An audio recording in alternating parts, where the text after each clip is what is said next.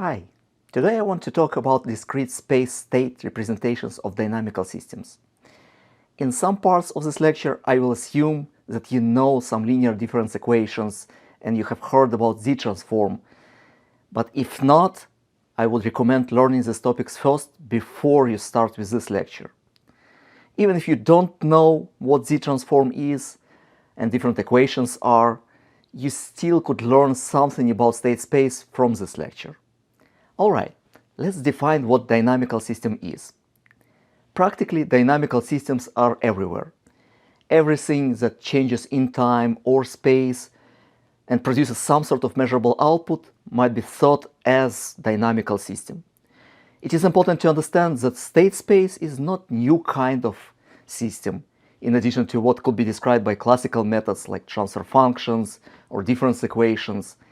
But this is different kind of mathematical representation of dynamical system. And this representation might be more convenient to work with in some particular cases. Linear or nonlinear dynamical systems could be described by nonlinear differential equations. And this is in continuous time case. Or it could be described by difference equations in discrete time case. Discrete time systems are also known as sampled systems. Typically, the output of discrete time system is computed as some function of previous and present inputs and previous outputs. The higher the order of the difference equation, the more memory is assumed to be needed to compute the output. Many textbooks are using subscripts instead of square brackets for indexing. Here is how the actual implementation works. You pass the input u through multiple single sample delays denoted by z to the power of -1 and manipulate it using gains, adders, and other mathematical functions and operators. The output y is computed as a result. Just a brief reminder that multiplying z-transform of some function by z to the power of k0, for example, is shifting the time of the original sequence by k0.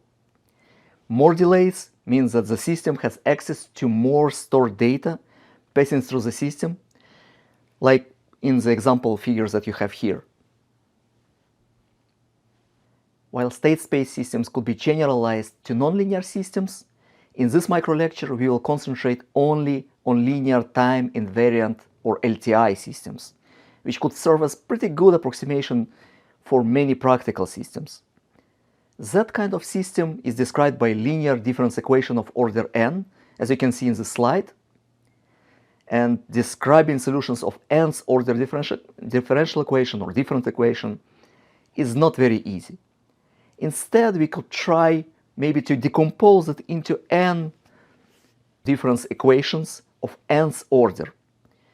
And this is much easier to handle in that case. This kind of decomposition is what state space representation is, and it is always possible to have that kind of decomposition for LTI systems. More than that, there are infinite number of possible equivalent state space representations for that system. This gives us flexibility to choose what representation we would like to have. Some are easier to estimate, others are simpler to control, and a particular state space realization is predefined by the definition of state space or of state variables that we have, and I will denote the state variables by vector x. Practically, state x is a vector that consists of multiple signals and completely describes the entire system at a particular time t. So vector x should include all the variables or signals of interest that we need to describe the entire state of the system. In mechanical systems, for example, a state vector could include location, velocity, acceleration, and some other variables. In neuroscience, it could include signals recorded from different places in the brain, different locations, or particular brain states, or any other parameters that could dynamically change in time or space. Let's start with the simplest case, where the input always is constant 0. So the system's response is only to the initial conditions of the system. The state space equations will look like in the highlighted part of that slide. The coefficients a that you see will be different indices that are constant numbers. In matrix form, the system of equations looks much more elegant. If we denote the matrix by a capital A and the vector of states by bold X, then a linear state space system could be written in a very simple form, where the next state vector equals the matrix A times the present state vector. So each following state is defined recursively by the previous state. When the input U is applied to the system, we just add the vector of gains B multiplied by the input U. And this completes the system of equations that we need for state space. In simple matrix form, it looks very simply like this. Now, given this recursive evolution of our state equations, how can we compute the output Y of the actual original system that we were talking about? Here's how it works. We provide an additional matrix equation for this. Y equals matrix C times the state vector X plus matrix D multiplied by the input. Obviously, we need to find all of the constant matrices A, B, C, and D that would fit the original difference equation. I will show how to get there a little bit later. I want to mention one important thing here. It is very important to understand that the index k is not the same as a time t. Though frequently index t is used in literature for discrete time systems. Since the system is sampled, the index k denotes the time k times t of s, where t of s is sampling interval. Or you can call it also distance between samples, and it is measured in seconds. So k is not the same thing like t. Okay, now I want to show you how state space representation could be equivalent to difference equation representation. Here is one example of how to convert difference equation into state space representation. We will pick the same example I showed before with the difference equation that describes the system, and you can see that equation here on the slide. This requires us to define the state variables prior to developing the equations.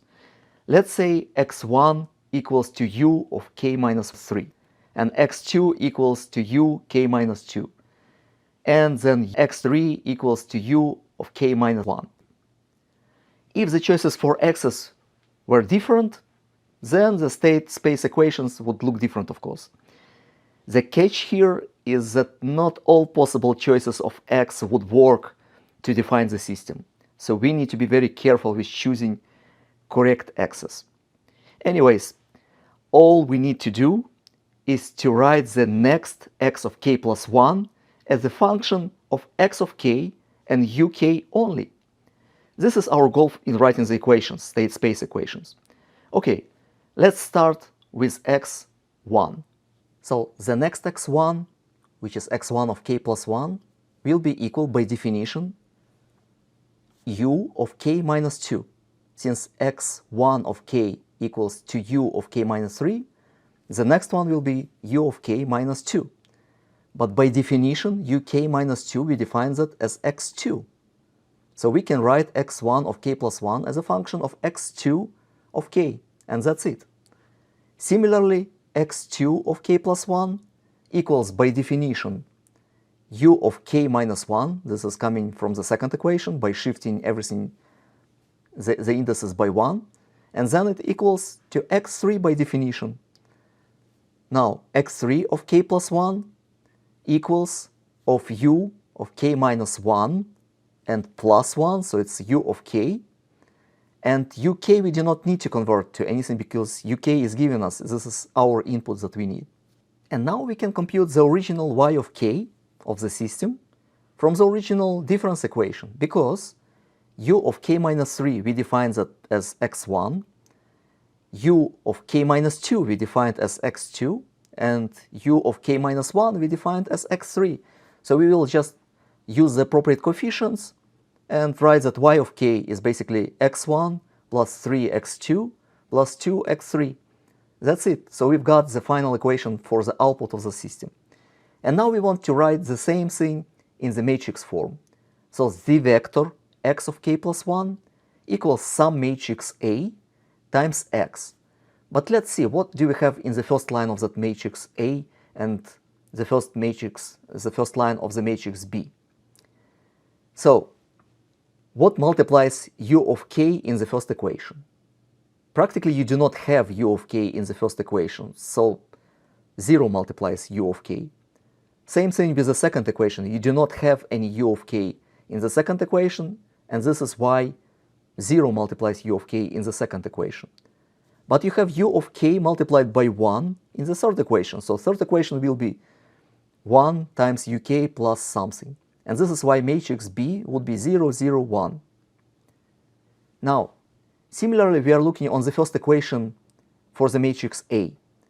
And first row in the matrix A will be 0 times x1 plus 1 times x2 plus 0 times x3. So it's like 0, 1, 0, first line in the matrix A. Second equation is x2 of k plus 1 equals x3. So only coefficient of x3, 1, and everything else should be zeros. In the third equation, you do not have any x's. So all of the row in the matrix must be zeros. And similarly, for y of k, you need some matrix multiplied by x vector plus some other matrix multiplied by u. And since you do not have any u, that matrix should be 0, just number 0 since it's like single input and single output system. And for the matrix C, we need 3 numbers because you have 3 x's. So what is multiplying x1 in the equation? Just 1. So we put 1 here. And then x2 is multiplied by 3. And x3 is multiplied by 2. So these are coefficients of the matrix C that you write. And essentially, we've got all of the state space equations that we needed to describe that system.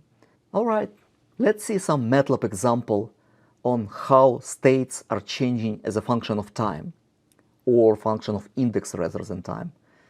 So let's define some initial conditions for the state vector x, and we'll start with point 10 and 15. So x1 will be equal to 10, and x2 will be equal to 15. And then you have matrix A, which is defining the state space transition of the matrix. Now we write code to implement changing of the vectors in time.